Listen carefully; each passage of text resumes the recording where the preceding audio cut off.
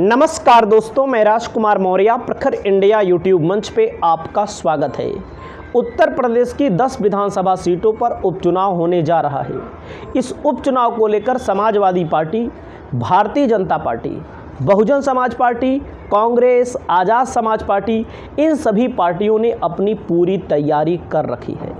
कुछ पार्टियों के उम्मीदवारों का ऐलान हो गया है, लेकिन कुछ पार्टियों ने अभी उम्मीदवारों का ऐलान जानबूझकर नहीं किया है। भाजपा और सपा खास करके देख रही हैं कि भाजपा किसको मैदान में उतारती है। सपा देख रही है भाजपा किसको मैदान में उतारती है, भाजपा देख रही है सपा किसको मैदान में उतारती है, क्योंकि मुख्य मुकाबला इन्हीं दोनों पार्टियों के बीच में होना है। वहीं पर समाजवादी पार्टी ने भी अपनी पूरी तैयारी के तहत स्टार प्रचारकों की एक लंबी चौड़ी सूची तैयार कर ली है। वैसे हम आपको बता दें 40 स्टार प्रचारक मैदान में उतारे जा सकते हैं किसी भी पार्टी के द्वारा, भाजपा के द्वारा, कांग्रेस के द्वारा, समाजवादी पार्टी के द्वारा, अलग अलग पार्टियों के द्वारा। तो मैं आपको समाजवादी पार्टी का बता रहा हूं, बहुजन समाज पार्टी का भी बताऊंगा, बीजेपी का भी बताऊंगा। आपकी जो भी राय हो आप अपनी राय रखिएगा और कमेंट करिएगा उपचुनाव कौन जीतेगा। समाजवादी पार्टी में सबसे बड़ा स्टार प्रचारक अगर कोई है तो अखिलेश यादव हैं, जो समाजवादी पार्टी के राष्ट्रीय अध्यक्ष हैं, कन्नौज से सांसद चुने गए हैं, सदन के नेता हैं, अपनी पार्टी के 37 सांसद जीत कर आए हैं 2024 में। तो आप समझ सकते हैं अखिलेश यादव हर विधानसभा में रैली करते हुए नजर आएंगे, रोड शो करते हुए नजर आएंगे और पूरी ताकत झोंक देंगे। इसके पहले उपचुनाव में समाजवादी पार्टी के मुखिया अखिलेश यादव उतना ज़्यादा एक्टिव नहीं रहते थे, लेकिन जब से उनको आजमगढ़ में हार मिली, जैसे आपको पता है आजमगढ़ में हार मिली, रामपुर में हार मिली, तब से उपचुनाव में ज़्यादा एक्टिव आपको दिखाई देंगे। वहीं पर दूसरे नंबर पर अगर कोई नाम आता है श्यामलाल पाल का। श्यामलाल पाल समाजवादी पार्टी के प्रदेश अध्यक्ष हैं, लगातार समाजवादी पार्टी को मजबूत करने का काम कर रहे हैं, सैकड़ों की संख्या में, हजारों की संख्या में लोगों को जोड़ रहे हैं। तो श्यामलाल पाल का भी नाम यहाँ पर दूसरे नंबर पर रहेगा। तीसरे नंबर पर शिवपाल सिंह यादव का नाम है। शिवपाल सिंह यादव समाजवादी पार्टी के राष्ट्रीय महासचिव हैं और शिवपाल सिंह यादव को कटहरी विधानसभा के लिए प्रभारी भी बनाया गया है। तो शिवपाल सिंह यादव के अंदर क्षमता जो है वो संगठन को मजबूत करने की क्षमता है। तो शिवपाल सिंह यादव यहाँ पर। अगला नंबर आता है बाबू सिंह कुशवाहा का। बाबू सिंह कुशवाहा शाक्य सैनी मौर्य कुशवाहा जाति से संबंधित प्रतिनिधित्व करते हैं। इनकी पार्टी है जन अधिकार पार्टी। जौनपुर से समाजवादी पार्टी ने टिकट दिया, भयंकर भारी भरकम वोटों से चुनाव जीत कर आए। तो आप ये समझ सकते हैं बाबू सिंह कुशवाहा की स्वीकारिता कुशवाहा समाज में, मौर्य समाज में, शाक्य सैनी समाज में अभी भी है। कभी बहन जी के खास हुआ करते थे और एक सिक्का चलता था, एक जमाना चलता था। तो आप समझ सकते हैं बाबू सिंह कुशवाहा की हैसियत के बारे में।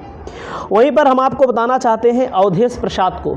अवधेश प्रसाद को मिल्कीपुर के लिए प्रभारी बनाया गया है। अवधेश प्रसाद भी स्टार प्रचारकों की सूची में सबसे ऊपरी पायदान पर रहेंगे और कहीं ना कहीं ब्रांड एम्बेसडर बन करके इस समय समाजवादी पार्टी के साथ हैं।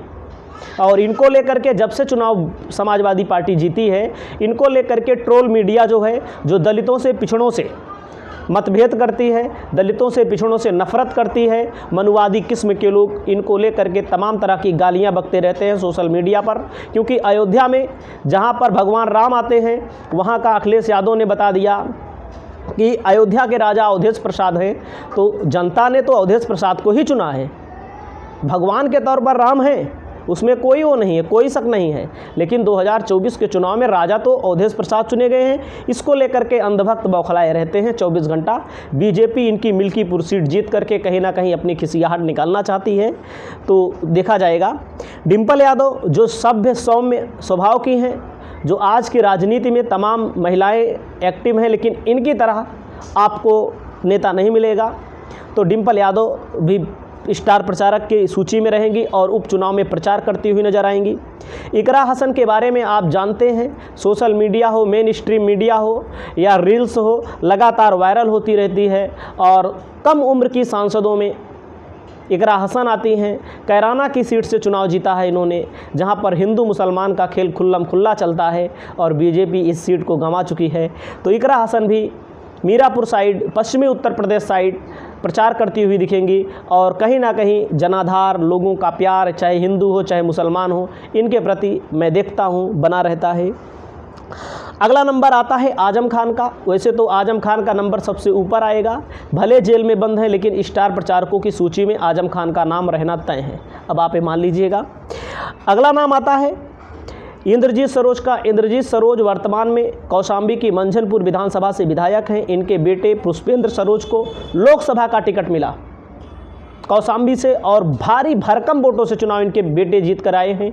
जितने भी सांसद हैं सबसे कम उम्र के सांसद हैं पुष्पेंद्र सरोज, लगभग 26 साल के 25 साल के थे, 25 साल कुछ महीना के थे, अब 2-4 महीना बीत गया है, 26 साल के हो गए हैं। तो इनको फूलपुर की जिम्मेदारी दी गई है। कौशाम्बी हो, फूलपुर हो, प्रतापगढ़ हो, उस इलाके में इनकी अच्छी खासी पकड़ है और लगातार चुनाव जीतते आए हैं।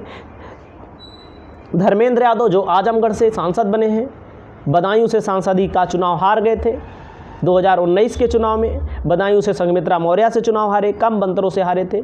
निरहुआ ने इनको हरा दिया था चुनाव, वो सपा की ही गलती थी कुछ ना कुछ।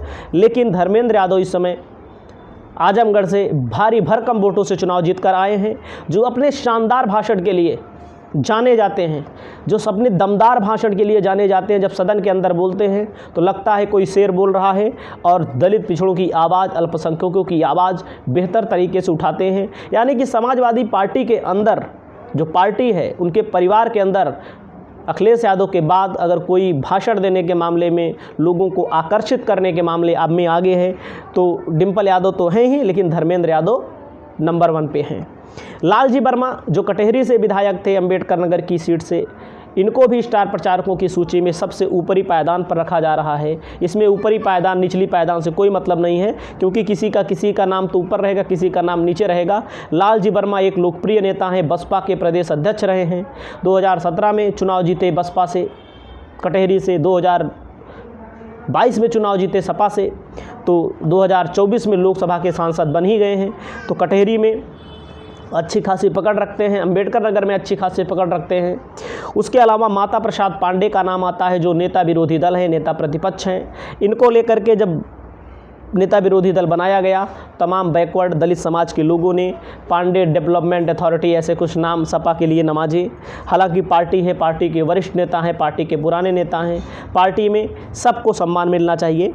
तो माता प्रसाद पांडे को भी यहाँ पर प्रचार करेंगे। लेकिन हमारा जो मानना है, मैं बार बार कहता हूँ, हमारा किसी से कोई विरोध नहीं है कि ब्राह्मणों का वोट 80 से 90% बीजेपी के पास जाता है। हाँ, प्रत्याशी अगर ब्राह्मण समाजवादी पार्टी कहीं देती है तो 25%, 30% या उसकी लोकप्रियता के आधार पर निर्भर करता है।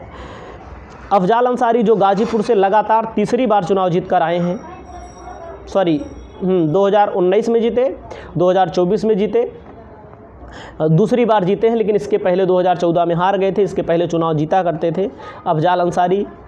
मुख्तार अंसारी की मौत कैसे हुई आप लोग जानते हैं, इनको भी स्टार प्रचारकों की सूची में रखा गया है। रागिनी सोनकर जो उत्तर प्रदेश की विधानसभा में जब बोलती हैं तो जन जन तक इनकी बात पहुंचती है। रागिनी सोनकर को भी स्टार प्रचारकों की सूची में सबसे ऊपरी पायदान पर रखा गया है।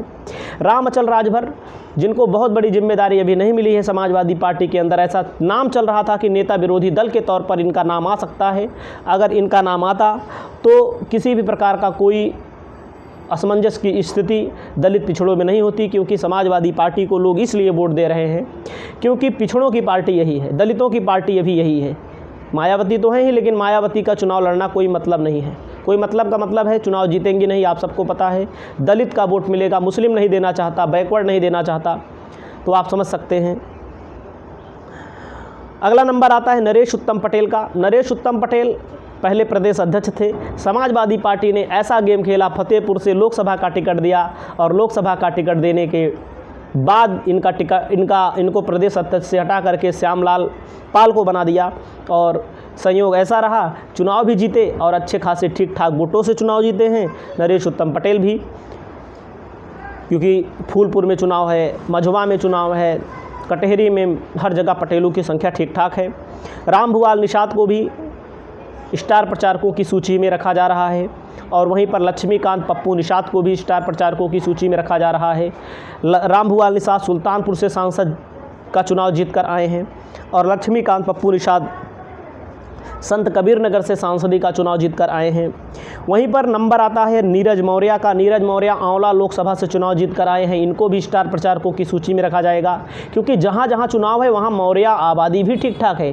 चाहे आप कटेहरी में जाइए वहाँ भी मौर्य हैं, चाहे आप मिल्कीपुर में जाइए वहाँ भी मौर्य हैं, चाहे आप फूलपुर में जाइए वहाँ मौर्य हैं, मझुआ में जाइए सबसे ज़्यादा मौर्य हैं, और आप चले जाइए मीरापुर साइड, आप खैर में चले जाइए, यहाँ कुछ शाक्य सैनी आबादी तो है ही। वहीं पर अगला नाम आता है दोस्तों डॉक्टर नवल किशोर शाक्य, जो लोकसभा का चुनाव फर्रुखाबाद से हार गए हैं। इनको भी स्टार प्रचारकों की सूची में सबसे ऊपर रखा जा रहा है, क्योंकि 2600 वोटों से चुनाव हारे थे। वैसे तो कहा जाता है इनको चुनाव हराया गया था, और कहीं ना कहीं फर्रुखाबाद कुछ जिले ऐसे हैं जहां पर बीजेपी के कुछ नेता गुंडई के दम पे चुनाव जीतते हैं। अगला नंबर आता है वीरेंद्र सिंह का। वीरेंद्र सिंह चंदौली के सांसद हैं। इनको जिम्मेदारी दी गई है मझुआ के लिए, मझुआ विधानसभा सीट के लिए, जहां पर समाजवादी पार्टी 1792 वोट कम पाई थी बीजेपी की तुलना में। और वहीं पर सनातन पांडे जो बलिया से सांसद बने हैं, इनको भी स्टार प्रचारकों की सूची में रखा गया है। प्रिया सरोज, तूफानी सरोज की बेटी को भी, जो 26 साल की सांसद हैं, सबसे युवा सांसद हैं, तो आप समझ सकते हैं महिलाओं में सबसे युवा सांसद हैं, और इनको भी रखा गया है। राम अवतार सैनी समाजवादी पार्टी के विधायक हैं। इनके बेटे भी दीपक सैनी को बिजनौर से टिकट मिला था। इनके बेटे कम मार्जिन से चुनाव हार गए। कहीं ना कहीं समाजवादी पार्टी के अंदर ही कुछ लोगों पर आरोप लगा कि उन लोगों ने सही से चुनाव नहीं लड़ाया। अगला नंबर आता है हरेंद्र मलिक का, जो मुजफ्फरनगर की लोकसभा सीट से जीतकर आए हैं। संजीव बालियान जैसे केंद्रीय मंत्री को चुनाव हराया है, तो आप समझ सकते हैं इनको भी नाम आया है। मैंने 20 लोगों के नाम बताए, और संभवतः हमारे हिसाब से 40 स्टार प्रचारकों की सूची आएगी। जब आएगी तब बताया भी जाएगा। आपकी जो भी राय होगी इन नेताओं के बारे में, आप अपनी राय को स्पष्ट करिएगा। चैनल पर पहली बार आए हैं तो चैनल को सब्सक्राइब करिएगा, और उन लोगों के पास शेयर करिएगा जो बैकवर्ड, दलित, अल्पसंख्यक में अंधभक्त बनने के शिकार हो चुके हैं। नमस्कार, जय हिंद।